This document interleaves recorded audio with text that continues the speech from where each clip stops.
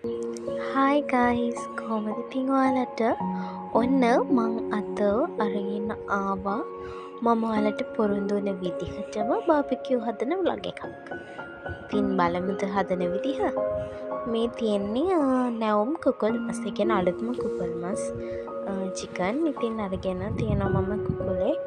මේ ඉතින් මම නෙවෙයි කපන්නේ. මේ විදිහට අපි ඒක කපා ගන්න ඕනේ. අපිට අවශ්‍ය වන කෑලි ප්‍රමාණයට මම ඔයාලට ඒ කෑල්ල මම නම් හදන සයිස් එක පෙන්වන්නම්. ටිකක් ලොකුවට ගන්න ඕනේ බාබිකියු හදනකොට.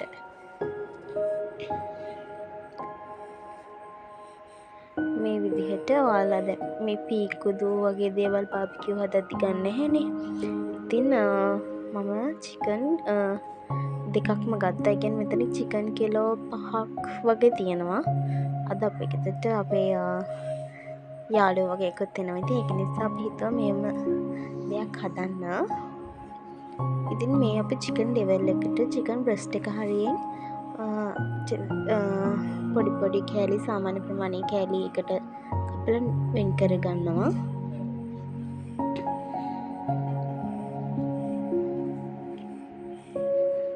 ඉතින් ඔන්න දැන් මේ කපන්නේ චිකන් බාබිකියු එකට. බලන්නකෝ මෙන්න මේ වගේ විදිහට අපි කපා ගන්න ඕනේ.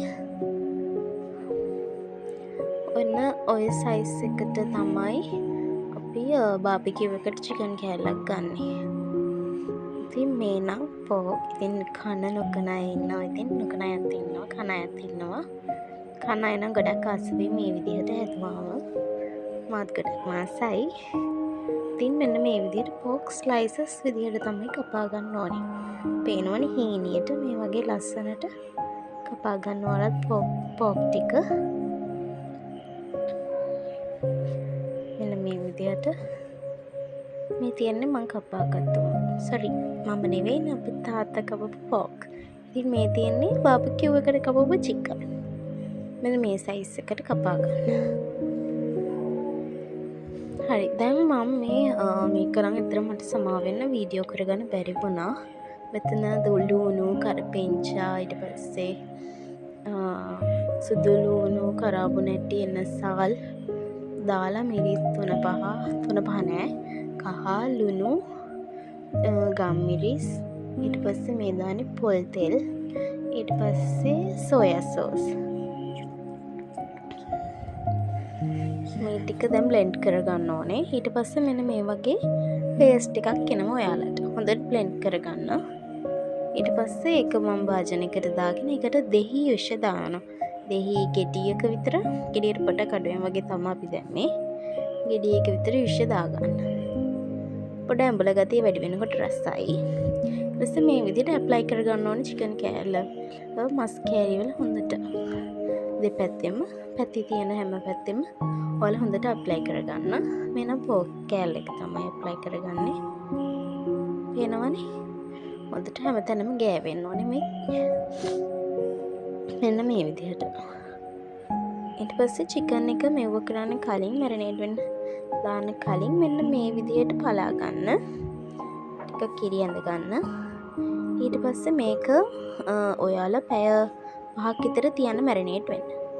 ඊට පස්සේ මේ විදිහට බාබිකියු මැෂින් එක උඩින් තියලා මේ තියෙනවා සීක්‍රට් සෝස් එකක් හදාගෙන ඒකේ රෙසිපි එක ඕන අයත් ඉල්ලන්න.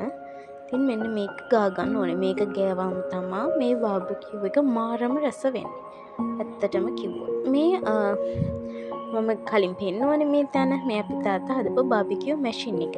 ඉතින් මේකට දැම්මේ චාකෝල් තමයි යටට දාලා ඒක පත්තු කරගෙන තමයි අපි මේක මේ දාගෙන තියෙන්නේ. ඉතින් මෙහෙනම් චාකෝල් කිලෝ එකක් රුපියල් 700ක් වගේ වුණා. ඔයාලා පැතිවල කොහොමද කියලා කමෙන්ට් කරන් යන්න. ඊපස්සේ මේ අරක ගාගෙන ටිකක් අනිත් පැත්ත පිච්චුණාට පස්සේ මෙන්න මේ විදිහට අනිත් පැත්ත දා ගන්න ඕනේ. ඊට පස්සේ ඒ පැත්තෙනුත් ඒ පැත්තෙත් අර සෝස් එක ගා ගන්න. ඇත්තටම මේ සෝස් එක තමයි මාරම රස. මේ තියෙන මං එහෙම පුච්චි ගත්ත මස් කෑලි ටිකක් අපේ තාත්තා ඉතින් තව ටිකක් දාලා මෙහෙම සැරින් සැරේට දෙපැත්ත මාරු කරන්න ඕනේ. ටික පුච්ච ගන්න. ටික වෙලාවක් යන වැඩක්. හැබැයි හරිම රසයි මේ ක්‍රමයට. මස් හදලා බලන්නකෝ ඔයාලා. ඉතින් හදලා නැති අය. ඊට පස්සේ මේ ටික පිච්චුණාට පස්සේ හොඳට පිච්චුණාට පස්සේ බා ගන්න ඔයාලා. ඉතින් මේක මාරම රසයි. ඔයාලා try කරලා බලන්න. ඉතින් මම හිතනවා මගේ රෙසිපි එකට ඔයාලා කැමති වෙන්නේ නැති කියලා. එහෙනම් මාව like කරන්න, මට comment එකක් දාන්න. ඔයාලගේ මගේ අඩුපාඩු තියෙනවා නම් ඒවත් comment කරන්න. මාව subscribe කරලා තියාගන්න. එහෙනම් මාව බලපු ඔයාලට ගොඩාක්ම ස්තුතියි. උතර මම